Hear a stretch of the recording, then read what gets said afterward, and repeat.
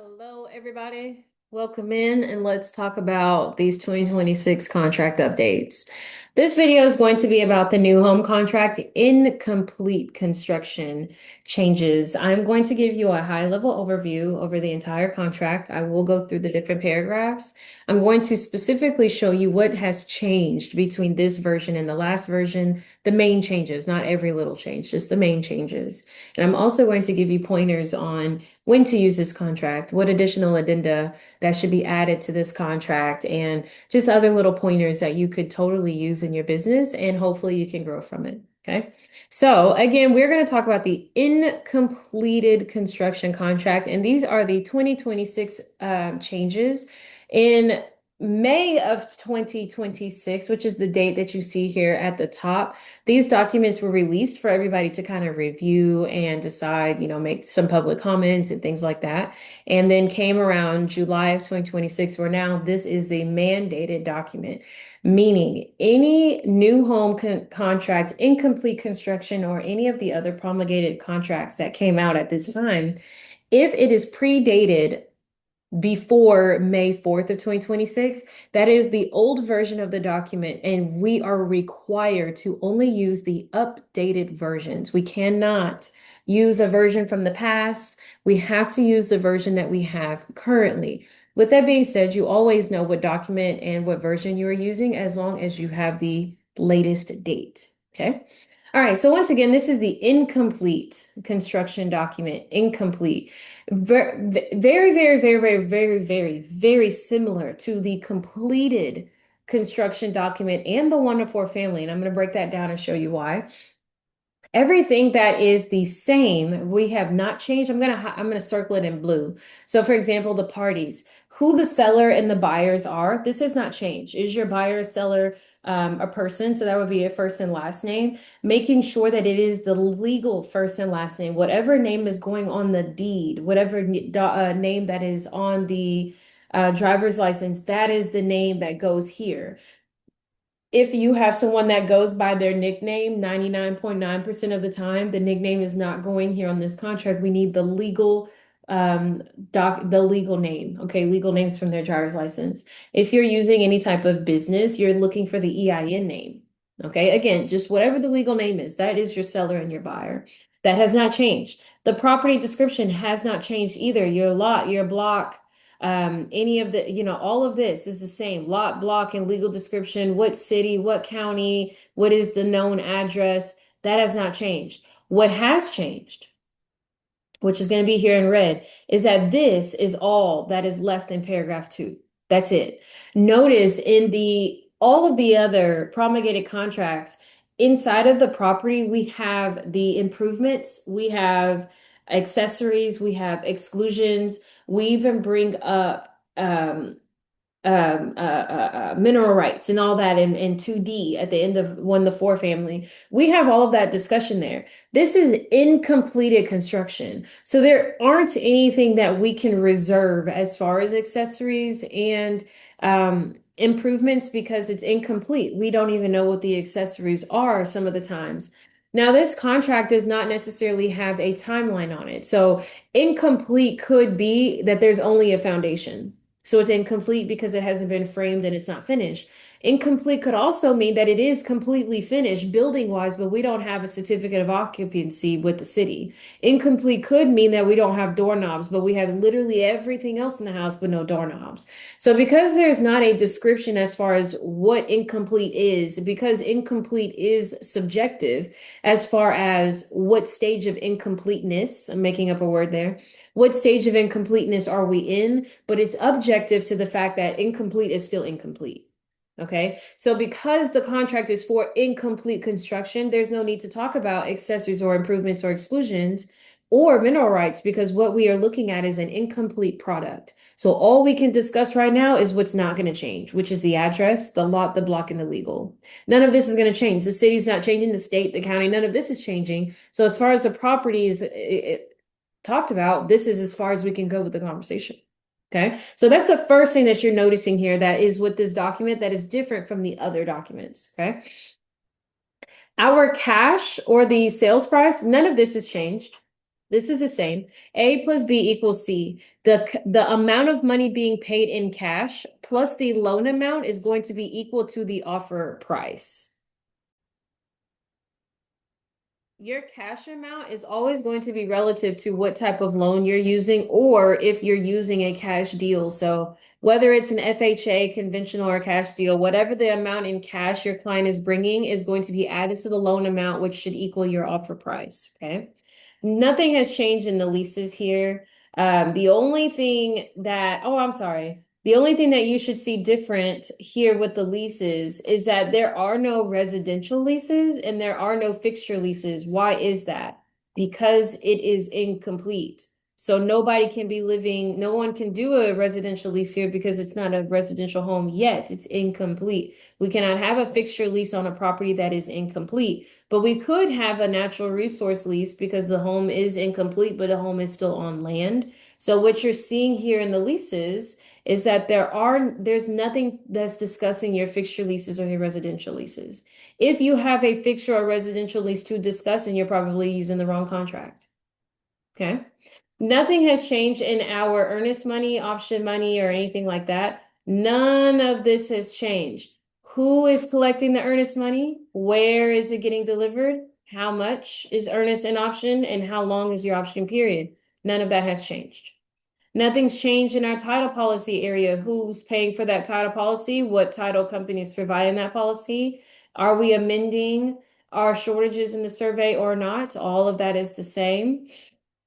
When we are talking about the survey, when we talk about this survey now, I wouldn't say it is a change as far as a 2026 change, but again, just a change or a difference between this contract and the others. Okay. So when you're talking about your survey here, here's a big difference. How many days before closing is the seller or the buyer paying for the survey? Whereas on all the other contracts, the current survey can be provided, but that's not the case because once you have a survey and then you add a property to it, I have a previous survey of just the land, but the construction is not complete. That is a survey that's not going to ever get accepted because the property has not been improved. We need a new survey showing the completed home on it. So there has to be a new one. Who's going to pay for it? Whereas again, in the other contracts, we are discussing if the seller can provide a current, and if it's not accepted, who's going to pay for one at that point? And we even have a T47 that's being provided in the other contracts, not here because it's incomplete. So no survey would ever work. So it's automatically who's going to buy a new one, seller or the buyer. Okay. Nothing's changed with the objections, title notices, all of this stuff is going to be the same. Is the home in the HOA or not? Here are all of the other notices from title and just a potential notices and addenda that have to be added to the contract for PIDs, PUDs, MUDs, water level fluctuations, mold remediation. These are all notices on separate contract documents that could be added to to the contract. Okay. Paragraph 7 has some differences in it. Okay, paragraph 7 has a few differences. The very first thing that you're going to notice is the construction document and the cost adjustment.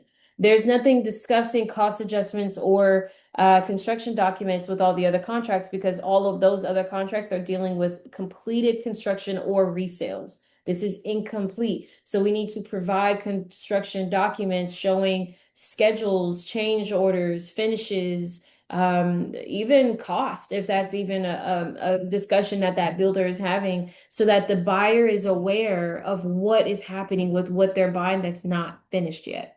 The cost adjustments, what kind of cost adjustments are we agreeing to in this contract? Sometimes when a builder is building something, if there's an inflation in their cost, if lumber jumps in price in the middle of their build, if light fixtures or plumbing fixture jumps in price in the middle of the build, now the builder is losing money when they sell that property to your client or to anybody's client. So when that happens, they say, hey, I know we signed the contract for 300,000, but now it's 350,000. That is a cost adjustment. Here in this contract, we are discussing what kind of allowances and specific documents and information that will allow for construction adjustment costs, and we're describing that here.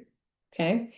The buyer selections is going to be something else different. So if I'm in the middle of a build and the floors have not been selected and someone is now putting in a contract on a build that my family is completing, well, the builder might say, as a builder, I can say to that buyer, sure, you can pick the floors within this budget, but I cannot wait 6 months for those floors to come in. So you have this many days to get that selection to me. Once we give you the information that a selection is needed, you have this much time to get that selection back to me. Completion. When do I plan on being completed with the construction, and how much grace are you giving me for that? No later than this many days. And I have to keep up with notices and giving the buyer information as far as this is what's happening. I need to push back the time and we get an amendment and all of the other things. That's what this is about.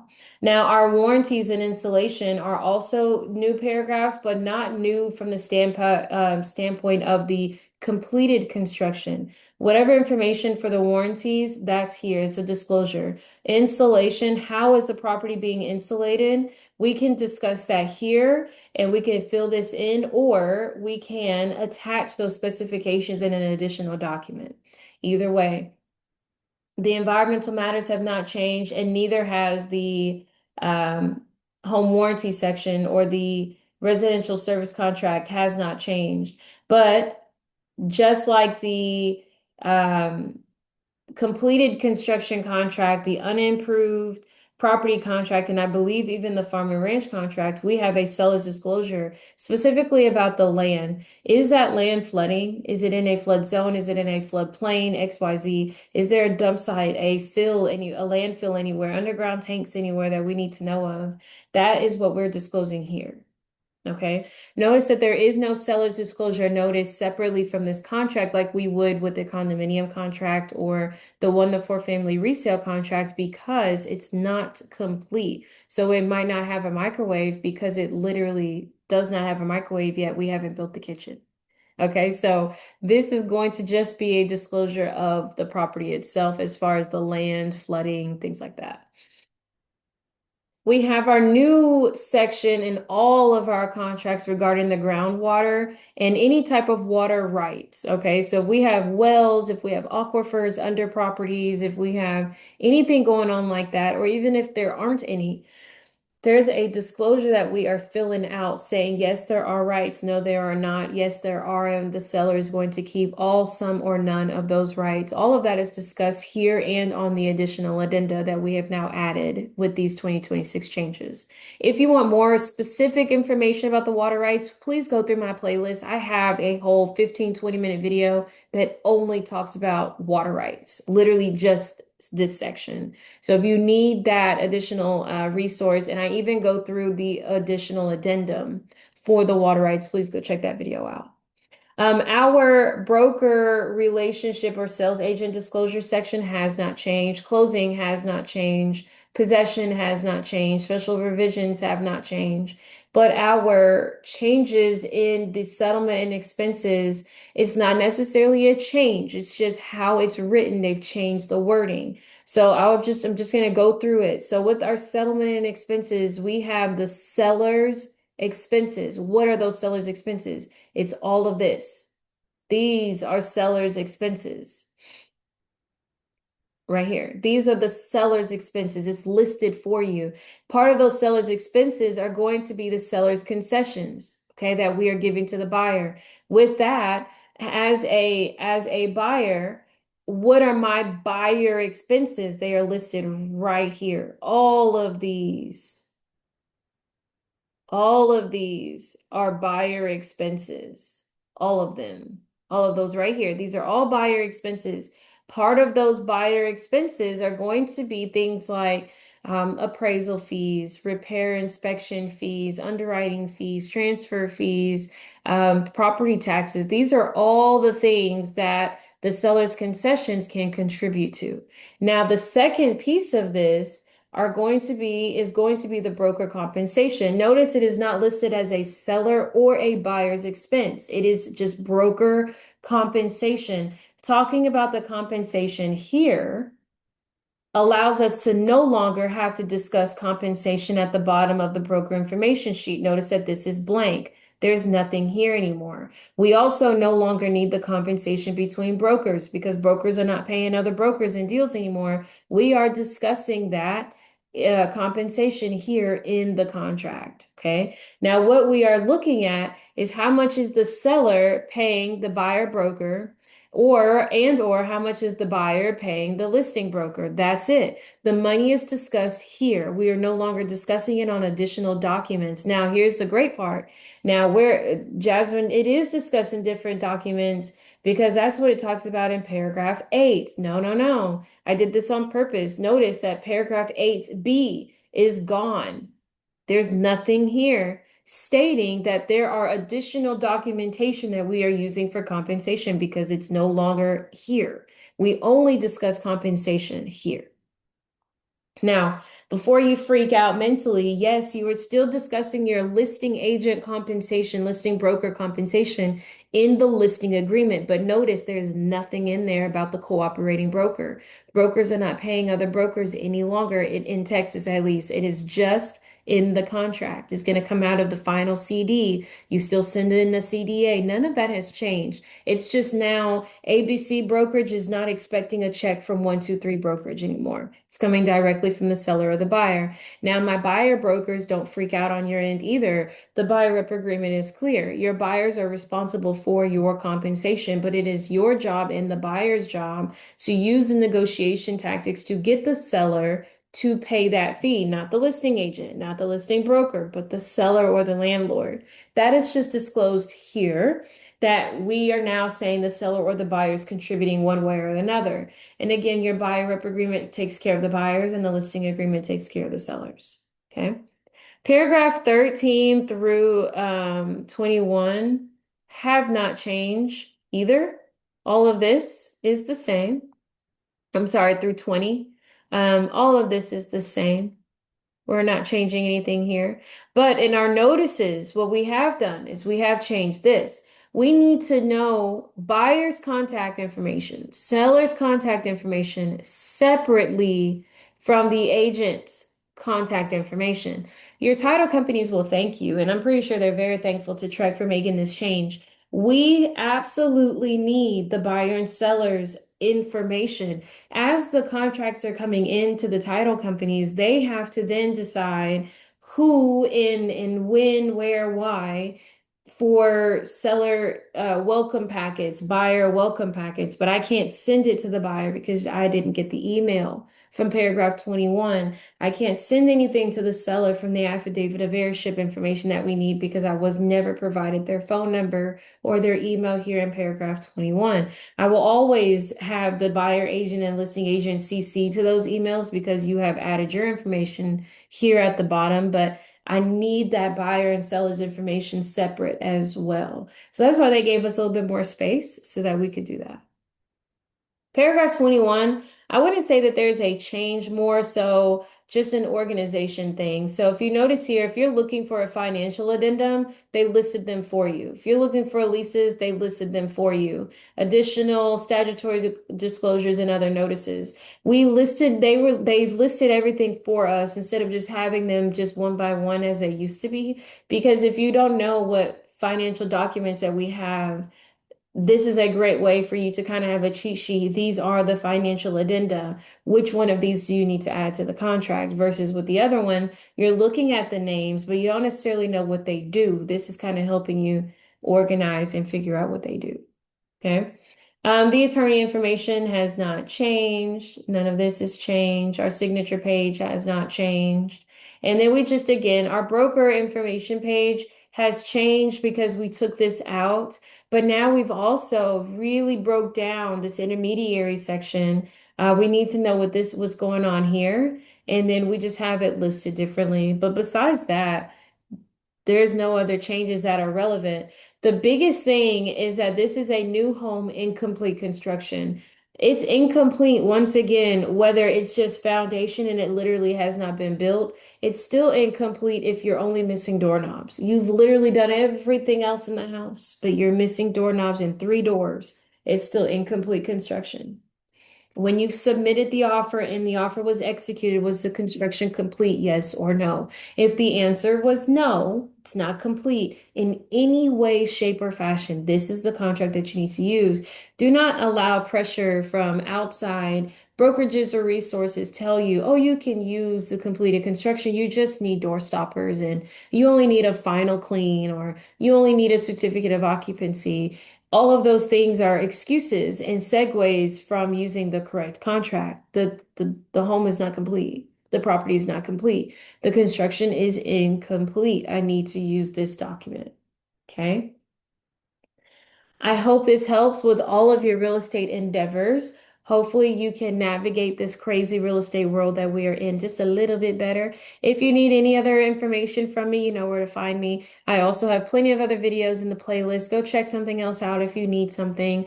Like, share, comment, all of the things. You can even reach out to me personally, whether you're in my brokerage or not, to ask questions. Please utilize me as your resource. Have a great one.